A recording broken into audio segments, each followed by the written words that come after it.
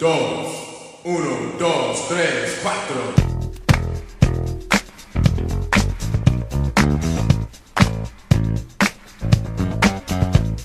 Lahat ng iyong maririnig ay katuwaan lang. Kami kayo tayong lahat magpakwelahan na. Ako na may lumibot na sa buong around the world. Sa Japan, sa Paris, maging sa Germany. Ano pang natitira dyan? Hoy, hoy, kukwento ko ang tuwa ng buong barkada na muling magsama-sama. Tanong dito, tanong doon. Ano sa Hapon ang gwapo? Kamukha ko ne. Ano naman ang pangit? Kamukha mo ne. Ano naman ang tawag nila sa gawa ng sigarilyo? Simple lang mga pari ko, yosigawan ne.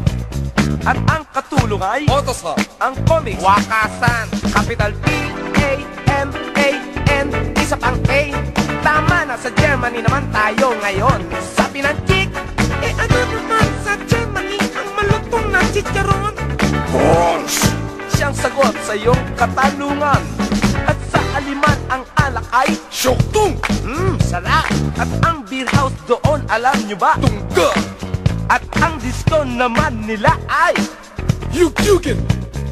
A-E-I-O, ulala, uchi-uchi. Ano sa France ang tawag nyo sa tao na balbon? Madamo siya. Ang hirit ko at dyan ay totoo. At ang pansit naman doon ang tawag ay Miswa. Mga ahas ay kilala sa tawag na Zawa. Umiiyak na bata doon, ang wika ay Uha! Nakakatakot na monster, ang tawag ay Aswa. Isa, dalawa, tatlo, apat, sa China tayo. Sige kaibigan, lang tira. Anong ng tanong?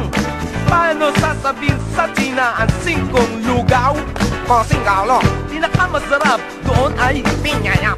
At ano naman ang tawag mo sa tito at tita? Ising-isi, kyong-kyong. Ano pa ba? Alam nyo ba ang hamburger ng taga-China? Doon ang hamburger puti ang tawag Xiaopao. Mga ating doon sa China ang tawag Joking. At ang massage clinic doon ang tawag sauna. Marami pa akong alam at sasabihin ko na. Alam nyo bang kape sa Iran ang tawag Shaa? Lahat ng iyong naririnig ay katuwaan lang. At kung kayo'y nag-i-enjoy, ako ay sabayan. Apakada egahaila mananga o para sa tauwaya. Apakada egahaila mananga o para sa tauwaya. One more time. Ako ay merong sasabihin sa inyo. Ito hindi chismis pagkat ito totoo. Ang pangyayari to ay naganap sa Tondo, lugar na kay saya, lalo na kung may gulo. Ang aming kapitbahay na si Mac Islao, asawa ni Aling Barang na taga Marilao. Sila ay may anak na ubod ng ganda, pangalan ay Aw-Aw, katawan ay wow. Kami nagtataka kung bakit siya'y maganda, samantalang parehong pangit ang amag ina. Kani Mac Islao ay parang palitaw, mukha ni Aling Barang akala mo'y siopaw.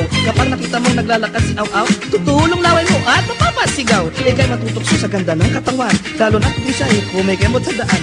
Lahat ay napapalingon. Oh, wow! Lahat ay nasisiyahan. Hindi nakapagtataka kung siya'y ligawan ng lahat uri ng kalalakihan. Binata may asawa kahit na may apo, kasama ng tomboy, lumiligaw dito. Ang isa, naloloko, siya'y isang binata, pangalan ay Pakundo. Si Pakundo may trabaho, maliit ang sweldo, doon siya sa pier, tagapush ng barko. Si Mang Islao ay ambisyoso, ang nais na manugang ay milyonaryo. At nang umakit ng ligaw, si Pakundo ay diretsang hinayan ni Mang Islao ito. Hindi ka dapat manligaw dito sa aking anak, pagkat ika'y patay gutom, mahirap at hamak. Kasama ng loob ng kawawang si Pakundo, inisip ng lisaning malupit na mundo. Kumuha ng lubid, kumuha ng lason, kumuha ng baril na 45, pumunta sa tulay, lubid ay tinali, uminom lang lason, at siya ay nagbigti. Nagbaril sa ulo, ngunit ito'y the place, tinamaan ng lubid na lagot ito. Nahulog si Pakundo, bumagsak sa ilog, nakainom ng tubig, nailuwa ang lason. Oh, anong milagro? Nabuhay si Pakundo. Samantala ay balikan natin si Aw-Aw na anak ni Mang Islao. Tila sa kanya ay merong lumiligaw, isang milyonaryo, buhat pa sa Mindanao. Barko niya ay tatlo, tuwan ni Mang Islao, sa boundary lamang, tihong buhay na raw. Ang milyonaryo ay bisita ni Aw-Aw, laging dumadalaw, halos araw-araw. Ang coach ng Chideng laging makikita sa tapat ng bahay, nakadisplay tuwina.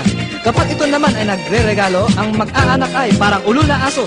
May refrigerator, color TV, stereo set, sala set, at dining set. Walang paglagyan ng tuwat kagalakan itong si Mang Islaw at si Aling Mara. Nang dahil sa swerteng nakamtan, itong anak ay pinagduduldulan. Sumama sa date itong si Aw-Aw hanggang sa nawasak ang kinabukasan. Hindi naman siya pwedeng pakasalan pagkat ang milyonaryo, asawa niya ay siyang. Buhay ni Mang Islaw na dati kay saya, nawalan ng sigla, biglang naging drama. Lahat ng kasangkapang pinundar nila, isa-isang binawi, isa-isang hinila. Kaya pala naman biglang nagkaganyan, mga appliances ay hulugan lamang.